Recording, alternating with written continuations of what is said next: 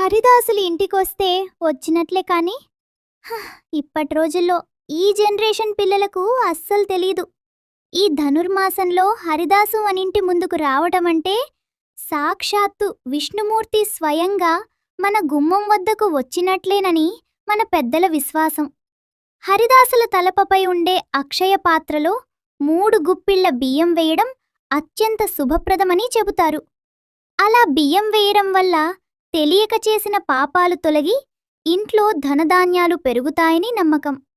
అక్షయ పాత్రను ముట్టుకొని భక్తితో నమస్కారం చేస్తే జన్మ ధన్యమైనట్లే ఫలం లభిస్తుంది. హరిదాసులకు డబ్బు దానం చేయడం కూడా ఎంతో మంచిది. ముఖ్యంగా 1 రూపాయైనా హృదయపూర్వకంగా ఇచ్చితే విష్ణుకృప లభిస్తుందట. గుమ్మడికాయ దానం చేస్తే ఇంటి దోషాలు తొలగిపోతాయని, అరటిపండ్లు దానం చేస్తే సంతాన